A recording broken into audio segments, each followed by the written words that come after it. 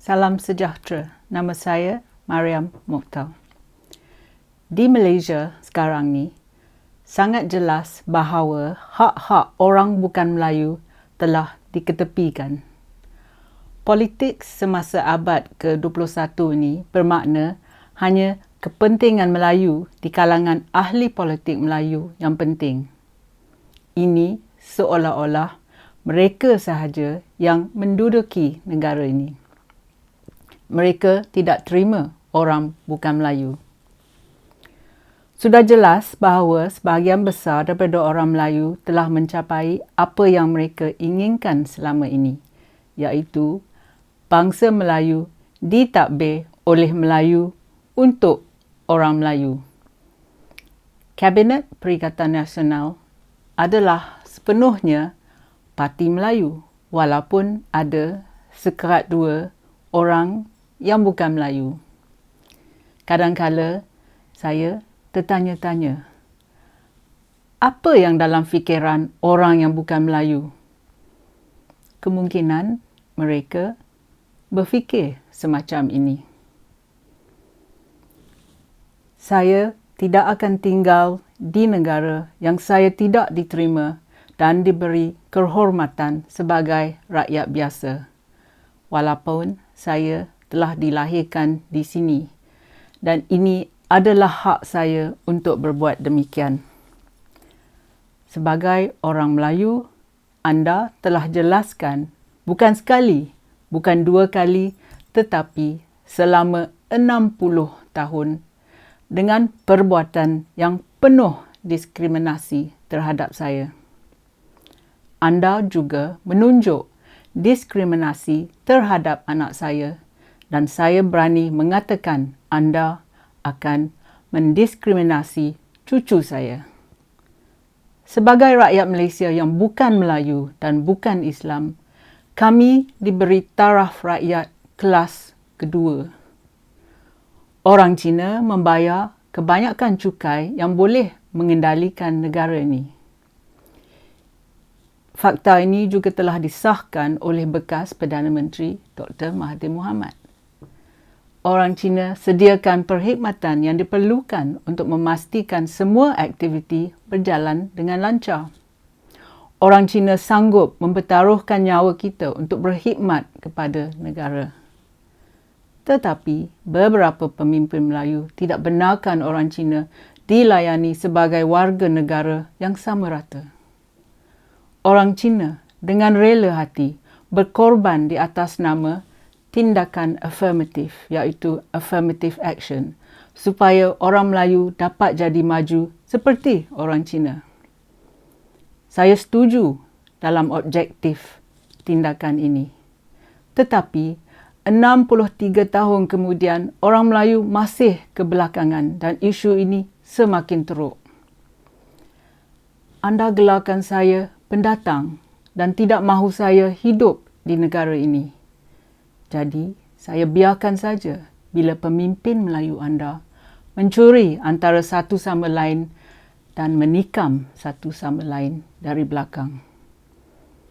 Kaum Cina bukan pengemis dan bukan pelacur seperti gelaran yang diberi oleh Melayu ekstremis. Dan juga, kami bukan tetamu negara ini. Pada zaman dulu, nenek moyang kita meninggalkan negara miskin untuk mencari kehidupan yang lebih baik merata dunia. Di Amerika Syarikat, kami membantu membina landasan kereta api. Di Australia, kami bekerja di Lombong Emas. Di mana saja negara yang kami kunjungi, kami beri sumbangan ekonomi dan kami tidak menimbulkan masalah. Pada hujung abad ke-19, Frank Swettenham, Residen Jeneral pertama untuk negeri-negeri Melayu bersekutu, berkata bahawa orang Cina adalah orang yang paling mudah untuk ditadbir. Pada pendapatnya, mereka tidak beri masalah. Mereka bekerja keras dan mereka beri sumbangan kepada ekonomi negara. Apabila orang Cina menjadi kaya, mereka membuka hospital dan menderma kepada sekolah dan semuanya memberi manfaat pada setiap masyarakat. Di Ipoh, hospital bersalin Cina Perak iaitu Perak Chinese Maternity Hospital dibuka untuk semua masyarakat tanpa diskriminasi. Bagaimana pula dengan Lo Guan Lai, Lam Wah Yi, Hospital Seventh Day Adventist, Hospital Fatimah, di mana sebahagian besarnya sumbangan diberi oleh orang Cina. Semuanya terbuka kepada setiap kaum dan agama. Orang kaya Cina menderma kepada masjid negara. Seorang doktor Cina Muslim juga membina masjid di Ipoh. Orang Cina ingin menjadi sebahagian daripada masyarakat Malaysia, digelarkan rakyat dan diberi layanan sama rata. Tetapi Melayu ekstremis tidak mahu terima kesemua ini. Anda beri kami taraf warga kelas kedua. Anda mahu gunakan kami untuk kehendak anda. Tetapi kita juga ada hadnya. Kita mempunyai maruah yang telah dibina atas kerja kuat dan kejujuran. Jika kita tidak berjaya, kita tidak menyalahkan orang lain kecuali diri kita sendiri. Dan kita akan berganda kali untuk bekerja lebih keras dan lebih bijak pada masa yang akan datang. Tetapi sebaliknya, anda menyalahkan kami bila anda gagal mencipta kejayaan. Saya beritahu anak-anak saya jangan marah kerana diskriminasi apabila mereka gagal masuk universiti awam atau tidak dapat pekerjaan kerajaan. Saya menangis apabila anak-anak saya tidak dapat memasuki pasukan bola sepak di sekolah kerana mereka salah bangsa. Saya beri jaminan kepada mereka bahawa ini hanyalah perkara sementara, iaitu sebahagian daripada tindakan afirmatif. Apakah perasaan anda apabila idea dan ciptaan anda ditolak oleh negara anda sendiri, tetapi negara lain mendapat manfaat daripadanya? Setiap kali anda mengambil Grab, fikirkan tentang itu. Setiap kali anda menggunakan pendrive, fikirkan perkara ini. Kita didiskriminasi dalam setiap aspek kehidupan awam. Kita perlu bekerja keras 2 kali ganda untuk diiktiraf atau untuk berjaya dalam perniagaan. Kami menangis agar kami dapat menjadi rakyat penuh negara ini. Malaysia ialah tempat kita dilahirkan dan juga tempat di mana kita harap hembuskan nafas yang terakhir. Namun, anda enggan menerima kami setiap masa. Anda lebih suka menerima pendakwah pelarian India dan memberinya tanah, serahkan IC biru kepada orang Islam dari negara lain. Tetapi, ada orang yang dilahir di Malaysia tidak dapat faedah ini kerana mereka bukan Melayu atau Islam. Saya pernah mengkritik mereka yang berhijrah keluar negara. Saya pernah menggesa mereka yang masih di Malaysia supaya berjuang untuk negara. Sekarang, saya tidak begitu pasti lagi. Dan jika saya tidak dapat yakinkan diri sendiri, bagaimana saya boleh meyakinkan orang lain?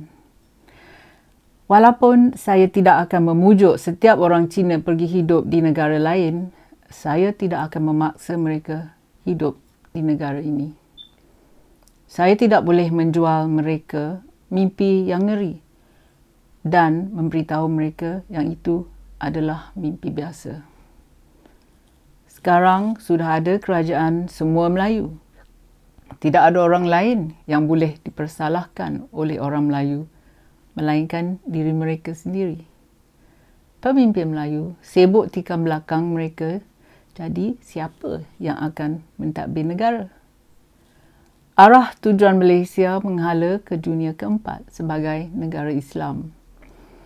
Orang bukan Melayu tidak memerlukan pujukan saya. Mereka akan pergi cari hidup di negara lain. Mereka akan diikuti oleh orang Melayu yang progresif. pada tahun 2018 dan PRU 14, saya terfikir ada sinar harapan. Tetapi semua itu berubah dengan rampasan kuasa pintu belakang, iaitu langkah Sheraton. Mereka yang fikir bahawa generasi Melayu akan berbeza di mana akan lahirnya bangsa Malaysia yang sejati, patut berfikir semula lagi. Dalam satu perbincangan dengan seorang kawan muda Melayu yang sama umur dengan cucu saya, ia telah berkata, agama adalah perkara yang paling penting dalam sistem pendidikan. Dan orang Islam dan orang yang bukan Islam tidak boleh menjadi semacam adik-beradik. Jadi, bagaimana kita nak yakinkan orang sepertinya tentang keperluannya sebuah negara Malaysia? Dia dan generasinya adalah produk sistem persekolahan kebangsaan. Merekalah yang akan mentadbir negara ini pada masa depan.